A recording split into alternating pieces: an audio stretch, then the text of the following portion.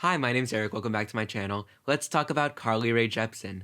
Tonight she's releasing her brand new single, Let's Be Friends Not Really Though, presumably a sort of anti-Valentine's Day song, and I am very excited to listen to it. As you probably know from watching many of my other videos, I love Carly Rae Jepsen. I think she is a model of what makes pop music so great, and I am always absolutely pumped to hear whenever she releases new music. Before I dive into the reaction and break down the lyrics, let me know in the comments down below what your favorite Carly Rae Jepsen song is, and please subscribe to be here when I post new videos every week. First, I'm going to give the song a complete uninterrupted listen, and then I'm going to go back and take a closer look at the lyrics. So without further ado, this is Let's Be Friends, Not Really Though. More acoustic than I'm used to from her.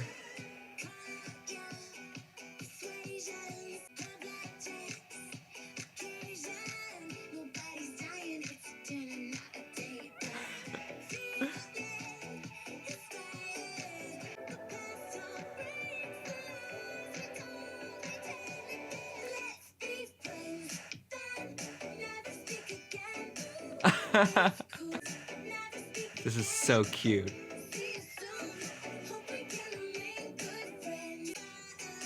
It's honest. I like that.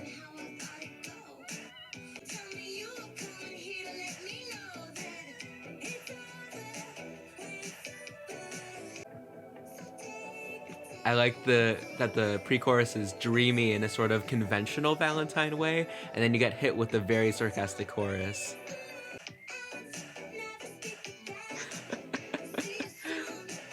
That's really funny. See you never, oh my gosh. I mean, you're sort of a dick sometimes, but someone out there is surely gonna love a dick. Check, please. Oh my gosh. I'm enjoying this a lot.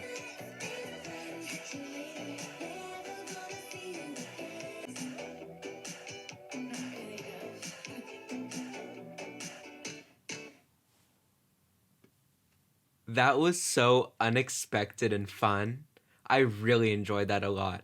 I'm going to take a look at the lyrics now and dive into why I think it was so clever and why I just really love that track already. So the first line that stuck out to me was, "It's a black dress occasion, nobody's dying, it's a dinner, not a date." So she's saying she's wearing black as if it's a funeral, but it's really just the end of this relationship. It's a breakup. That is the death that's happening at this dinner, but she says it's a dinner, not a date. So there's an implication that they've already had a relationship, but even then, this dinner doesn't feel romantic. It is going to end. They both know it. She is dressed for the funeral. But then she pivots and says, "I feel young and inspired that this is over and I'm hoping you'll agree." So she's saying even though she's sort of dressed for the funeral for this relationship, she is optimistic. She is so ready for this relationship to be over that even though it's a death, it feels like a sort of youthful renewal for her. And so she sort of goads this new ex to say what she is expecting him to say. You know, tell me you just want to be friends so that we can end it because I'm ready to go. She then says, "So take the tarot card and tell a fortune gold. The past heartbreaks, the lies we told, we tell again." The central lie, of course, is let's just be friends because we know that's not going to work out because she has this sort of latent bitterness about the whole relationship.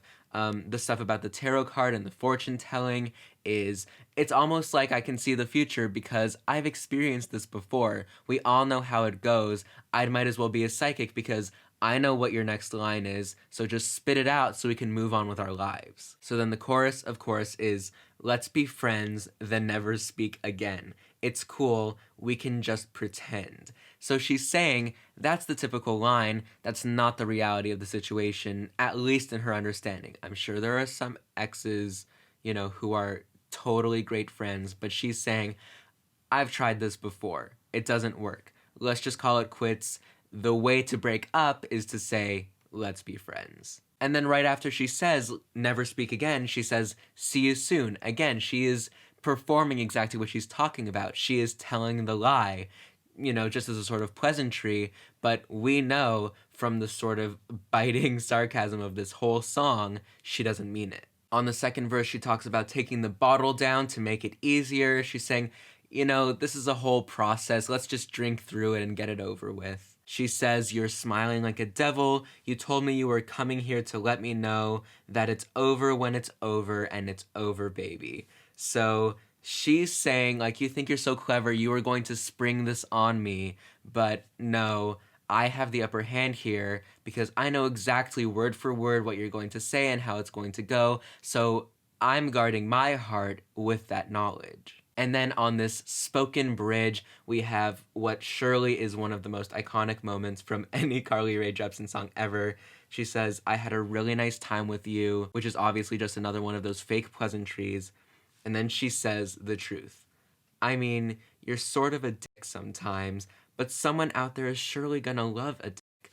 Because what she's doing here is subverting the old line. It's what you hear on The Bachelor every week. Someone is going to be so lucky to have you. It's just not me. And, she's taking that line and says, yeah, someone is totally going to want you. They're going to want a dick. And then she says, check please. So good. She drops the bomb politely and yeets herself out of there. So satisfying. And then the final line is, let's be friends. Not really, though. She concludes with that little title, the bow on top of this, gift box of rotten Valentine candy. It's just so clever. What Carly is amazing at is taking pop tropes and using them to their full effect. So there are different ways that pop stars approach pop tropes in their music. Charli XCX, for example, will take the images and ideas of pop music and stretch them to their limits, and does that with a sound as well. So we have this exaggerated funhouse version of pop that's very sort of overwhelming and cathartic. Taylor Swift will take cliches and adjust them slightly to change their meaning, and Carly Rae Jepsen will pepper her songs with these ideas or structure her songs around these sort of iconographic situations. Here it is the breakup dinner, and instead of the expected, please no baby, don't let me go, it's please baby, for the love of everything that's good, let me go already, because I've got things to do. So this is the perfect pre-Valentine's Day song for those of us who will be acknowledging Singles Awareness Day. It's just so fun, so Carly Rae Jepsen. I'm so glad that we have this track to hold us over until hopefully the inevitable release of Dedicated Side B. Fingers crossed that I get to react to that sometime in the near future. Until then, please subscribe to be here when I post new videos every week. Thank you so much for being here, and until next time, that's it.